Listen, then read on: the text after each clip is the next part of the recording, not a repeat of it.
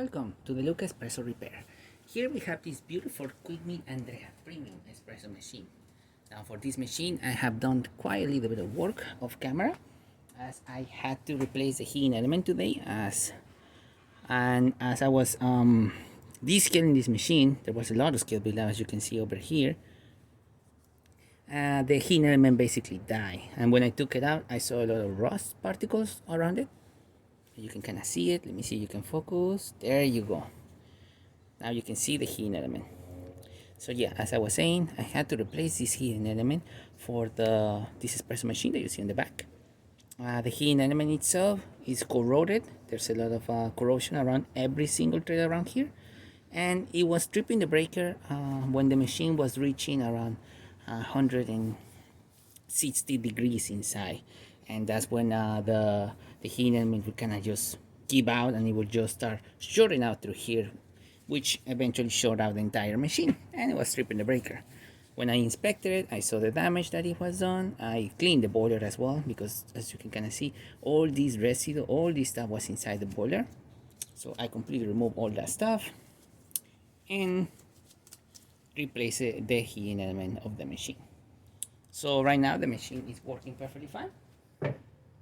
It should be already at 1.5 bars of pressure, and it should be ready to go. So let's take a closer look. Okay, so this is an E61 Grouphead Espresso machine. It's a heat exchanger with a big boiler on the back. So that means it has a little tiny boiler that goes through that boiler that delivers water through this beautiful E61 Grouphead. We have steam coming out from the steamer one. As you can see, nice steam coming out from the one, and hot water working perfectly fine.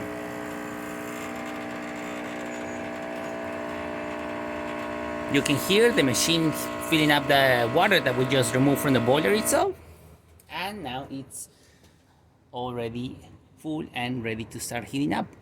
So this machine, it's leaking from here, basically. Let me just back flush it so I can demonstrate how it's leaking, and let me get you a little bit closer so you can see where it leaks. Now that you are a little bit more closer to the machine, let me put the blind filter inside the portafilter. By the way, we got this beautiful portafilter from a Elite Bianca espresso machine. It's not by Quick Meal, but it is a gorgeous portafilter that I will be very happy to use once this machine is ready to go. So right now the gasket does not even fit the portafilter itself. That's the reason why we're gonna be replacing the gaskets with these. These are by Cafe Lat. We're gonna be using silicone gaskets, as those are more easier to work with, and I prefer to use them. We're also gonna be using a AWS shower screen. The one that is inside is the standard one, and this one is laser engraved. So this one does deliver a much better shower coming out from the group head, and we're gonna have better distribution around the espresso shot as well, giving us a better extraction. So let me just back flush the machine and show you what is leaking. As you can see, you see a little bit of water coming out through there already, leaking from everywhere. I'm gonna stop it right there because there's no point of pressurizing this, as it's not even pressurizing. So yeah, we're gonna be servicing the whole E61 Grouphead, especially the leaks that are coming from here and here. There you go. You can see the other heating element. So to remove that stuff, we're gonna turn off the machine. We do not want this to be pressurized. The heat exchanger, like I say, is a tiny little boiler inside that, or the boiler. Now the boiler in there is 260 degrees approximately, so there's definitely a lot of pressure coming out from there. The water is boiling inside that boiler, literally. So we do not want to open the heat exchanger right now, as that water that is inside the heat exchanger is also getting boiled by the boiler. So we're gonna have to open this a bit, let all that pressure come out. As you can see, there's quite a lot. You see the water going through there. If I open this right away, everything is gonna spray at my face, and it's going to be hot water that's gonna be shooting straight at my face and my hands. So we really don't want that. We're gonna be removing the motion valve. We're gonna be removing the lever of the E61 group head, and we're gonna be removing also the bottom part that depressurizes the E61 group head. We're replacing these three valves over here. We're not really doing a lot on the machine. We're not really replacing every single part of the E61 group head. We're just gonna be replacing these three, as these are the most common ones to wear down on the E61 group head.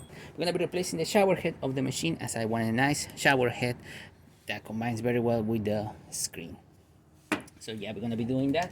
Now that the E61 should already be depressurized, I'm gonna start working on it by removing the bottom part of the E61 group head. I don't want to be removing the top one yet, so I'm going to be removing just the bottom part. I'm going to have the lever up, that way it's easier to pull with, and you don't have to struggle with the spring of the E61 group head. There you go. Now I am wearing gloves because this is definitely hot. It's not as hot as it should be, but it's hot enough. There you go, removing all that water. You can see how the valve looks. Not looking the best. This is the exact same one as this one. You can kind of see the difference.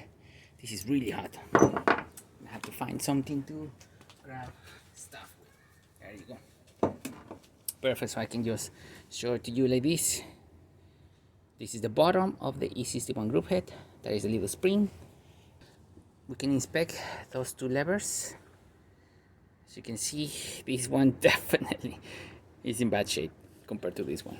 So yeah, everything is going to get replaced. Now that we remove the bottom part of the E61 group head, we're gonna push down the lever of it, and then we can now remove the top, because the lever is not pushing against the spring that goes in here. So it's going to be much easier, and it's not going to have any resistance. Except the motion head, which is very hard to remove and requires some muscle.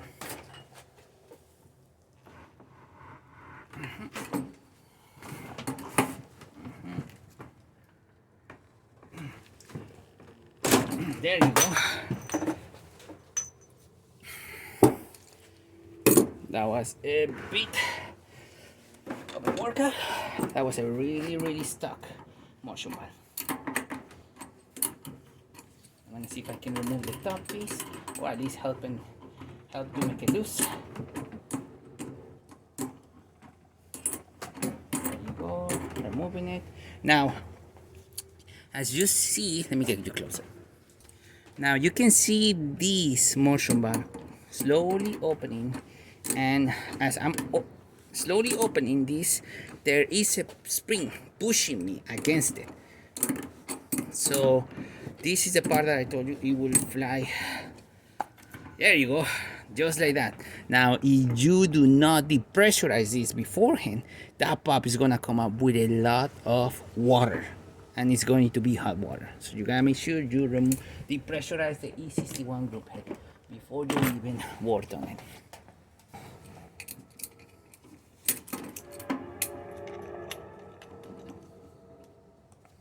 There you go.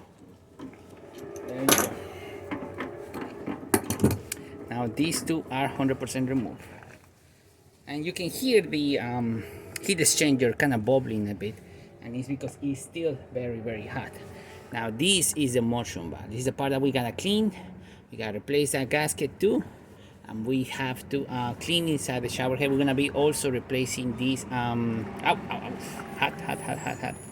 This, we're gonna be replacing this screen over here.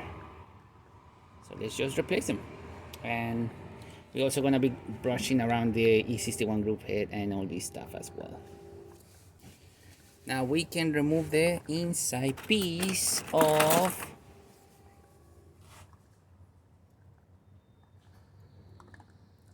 there you go. You can see all that water pushing out through the bottom. This is the other part of the E61 group head. This is this valve right here.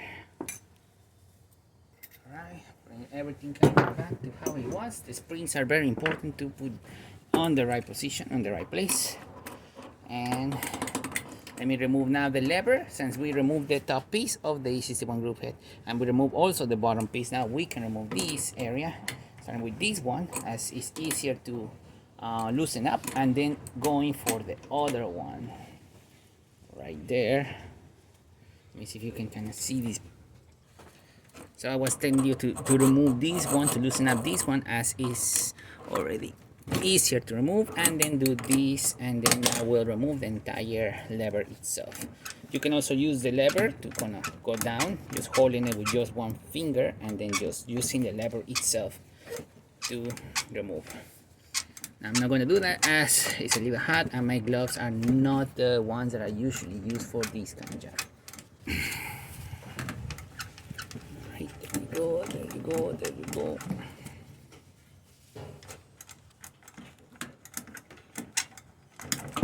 Perfect. Lever out.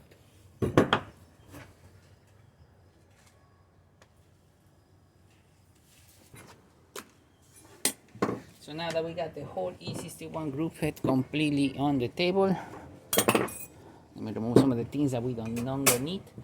We will need this, definitely not this, but these parts for sure. We'll try to get the other parts that we're also gonna need. Okay, now that we're back to the E61 group head and we have it completely removed from the machine, we can start servicing.